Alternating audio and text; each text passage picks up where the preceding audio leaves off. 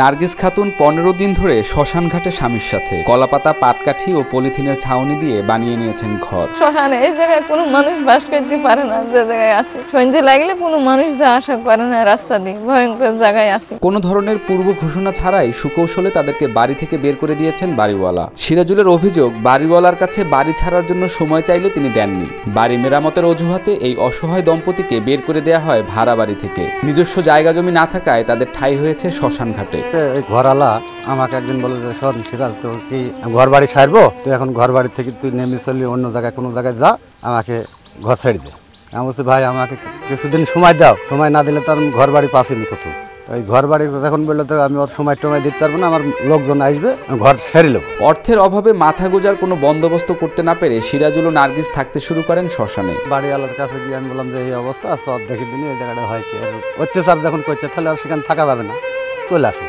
এসে দুজনে দেখলাম, দেখার পরে জায়গাটা দেখি বললো যে এখানে থাকলে থাকা যায়, এখন নেয় কোনো জায়গায় জায়গা, তো কি করবো, এখানেই থাকতে হবে। এই দুজনা বললে বললা খাওয়া করে এসে এখানে এসে ওই দেখেন ঘর বেঁধেছি, পলিথিন দিই, কলার পাতা দিই, আর বাস্ট খুঁটি সেই লোকের কাছে এটা ওটাকে সেই সুই চিন্তি করি এই ঘরটা করি। অর্থ উপার্জনের তাগিদে বিভিন্ন জেলায় ঘুরেছেন। গেল 3 বছর আগে নিজ এলাকায় এসে শুরু করেন বাদাম, পেয়ারা ও ভাঙারি ব্যবসা। নিজেদের বসতভিটা না থাকায় প্রতি মাসে 2000 টাকার বিনিময়ে বাড়ি ভাড়া নেন সিরাজুল ও নার্গিস।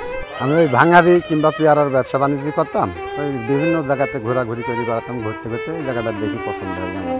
যদি ঘর ভাড়াওয়ালা এরকমভাবে ভাড়া বেশি চাই বলে এই জন্য আমি চিন্তা ভাবনা করে এখানে আসলাম। আমি ভাড়ায় আছি আজ প্রায় 6-7 বছর। আমি ঢাকা ছিলাম, আপনার ছিলাম হলো ফরিদপুরেও ছিলাম, এসে দেশে এসে আছে 3 বছর। ভয়ে সন্তানদের আনতে পারছেন না শ্মশান ঘাটের ঘরে। একটু বৃষ্টি হলেই ভিজে যাচ্ছে ঘরে থাকা প্রয়োজনীয় আসবাব। বর্তমানে টং দোকানে চা বিক্রির আয়ে তাদের সংসার চলে। জমি জায়গা না থাকায় আজ এই করুণ পরিস্থিতির মুখোমুখি হয়েছেন বলে জানান নার্গিস।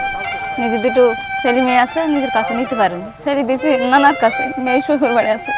মেয়ে ছেলে নানার কাছে আছে, মেয়ে শ্বশুর বাড়ি আছে। ছেলে পিলে আমার কাছে থাকতে পারে না, আমার বাসা জমি জায়গা নেই।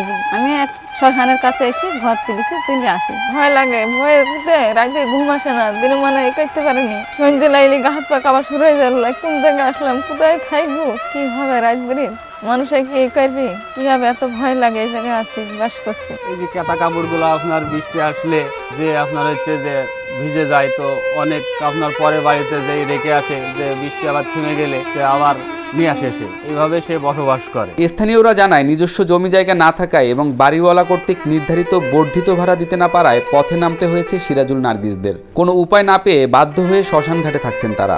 গরিব মানুষ একজন বাড়ি ভাড়া থাকতো, 2000 টাকা গ্রামে কোনো ভাড়া চলে, ভাড়া দিতে পারলে তাকে তাড়িয়ে দিচ্ছে। সেজন্য কোনো ঠাঁই পায়নি, সেইখানটাতে একটু এই পলিথিন বেড়া মারা দিয়ে একটা দোকান দিয়ে এখানে জায়গাটা করেছে, মানে এই সিজে থাকার আশায়, ঠিক আছে। তো এই জায়গাটাতে এমন একটা ভয়ঙ্কর জায়গা ভাই, ফোন জ্বালাইলে মোটরসাইকেল নিয়ে যায় না, কেড়ে নেব বলি। একজন স্ত্রী তো যাবেই না, কোটি টাকা দিলেও টাকা ভাড়া নিয়েও যায় না। এখানে প্রতিদিন 4 টাকা যে জায়গাটায়, ঠিক আছে, কিন্তু সেই জায়গা তো বোন সেখানে আসে। সন্ধ্যার পর ভয়ে শ্মশান সংলগ্ন রাস্তায় মানুষের তেমন চলাচল নেই। ছিনতাইকারীদের আনাগোনাও আছে বলে জানান অনেকে। চরম নিরাপত্তাহীনতার মধ্য দিয়ে নার্গিস খাতুন ও তার স্বামী এখানে বসবাস করছেন বলে জানান স্থানীয়রা। শ্মশান ঘাট ভাই, শ্মশান ঘাটের এখানে কোনো লোক আসরের আগে, এখানে আসরের পরই সব বাড়ি চলে যায়। মাগরিবের আজান দিলে কেউ থাকে না, সিরাজ ভাই বউ নিয়ে এখানে একলা থাকে যে চতুর্থকার ভয় ভাই, শ্মশান ঘাটের ভয় কেউ থাকে না। ছিন্নমূল এই দম্পতিকে প্রধানমন্ত্রীর আবাসন প্রকল্পের ঘর দেওয়ার দাবি জানিয়েছেন স্থানীয়রা। আপনারা দেখতে পাচ্ছেন কি কষ্টে আছে আমি।